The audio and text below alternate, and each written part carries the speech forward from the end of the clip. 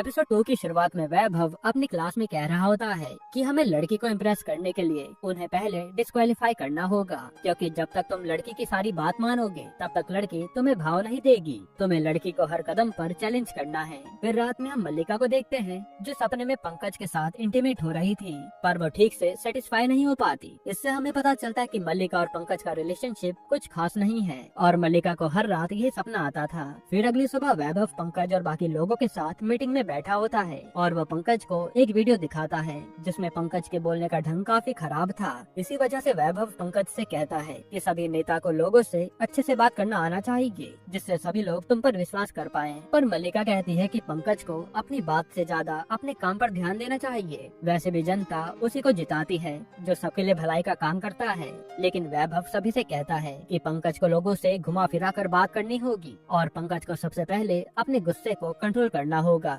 क्योंकि गुस्सा ही उसके विनाश का कारण बनेगा। तब पंकज को भी वैभव की बात सही लगती है, लेकिन वैभव का मेन टारगेट तो मल्लिका थी और वैभव इसी बहाने मल्लिका को अपने प्यार में गिराना चाहता था। फिर मीटिंग के बाद सभी लोग नाश्ता कर रहे होते हैं। इतने में मल्लिका वहाँ किसी से कहती है कि तुम्हें मेरा बनाया हुआ नाश्ता कैसा लगा। इस पे वैभव कहता है कि मुझे लगता है कि तुम काफी समय बाद खाना बना रही थी और मुझे ये नाश्ता पसंद नहीं आया। वैभव ने जानबूझकर मल्लिका की बुराई की थी, क्योंकि लड़की को पटाने के लिए उसकी बुराई करनी पड़ती है। ऐसे वैभव कई बार मल्लिका की बुराई कर रहा होता है, जिसके बाद वैभव पंकज से जाकर कहता है कि तुम्हें ढंग से चलना सीखना पड़ेगा। ये सब बताकर वो पंकज की ट्रेनिंग शुरू करवा देता है। तभी पंकज एकदम से गुस्सा हो जाता है और कहता है कि तुम मुझे कोई जोकर समझ रहे हो क्या, जो मुझे बार बार अपने इशारे पर नचा रहे हो। तब वैभव उसे समझाता है कि तुम्हारी खुद की हरकतों की वजह से तुम्हारी इमेज खराब हुई है, मैं बस तुम्हारी मदद कर रहा हूँ। तब पंकज भी उसकी बात मान लेता है। फिर वैभव पंकज को जोर जोर से कूदने को कहता है, पर कूदते समय पंकज का बैलेंस बिगड़ जाता है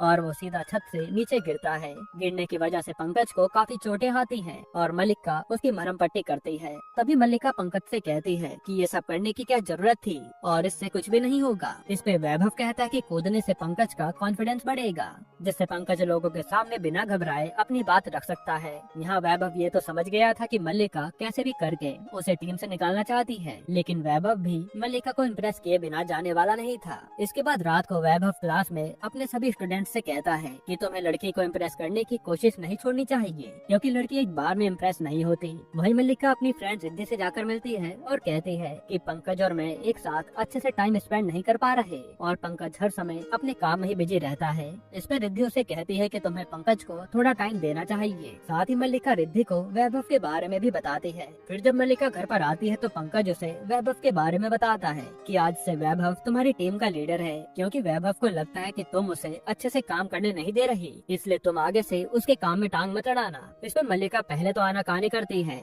लेकिन पंकज के समझाने पर मान जाती है। फिर वैभव एक रेस्टोरेंट में बैठा होता है। उसी समय वैभव के पास शिव नाम का एक लड़का आता है। असल में शिव वैभव का स्टूडेंट था। तभी हमें पता चलता है कि शिव अनामिका का भाई है। तब अनामिका वैभव से आकर कहती है कि तुम्हें शर्म नहीं आती, पहले तुमने मेरी जिंदगी खराब कर दी और अब मेरे भाई के दोस्त बने बैठे हो। यहाँ वैभव को अनामिका की बातें समझ नहीं आ रही थी कि ये किस बारे में बात कर रही है। जिसके बाद वो घर पर जाकर अपनी गर्लफ्रेंड की लिस्ट चेक करता है तो उसे पता चलता है कि अनामिका उसकी एक्स गर्लफ्रेंड रह चुकी है। वही मल्लिका भी रात के समय वैभव का इंस्टाग्राम चेक कर रही होती है और गलती से वो वैभव की फोटो को लाइक कर देती है। अब ये देखकर वैभव समझ जाता है कि मल्लिका को भी उसमें इंटरेस्ट आ रहा है। यहीं पर एपिसोड 2 खत्म होता है।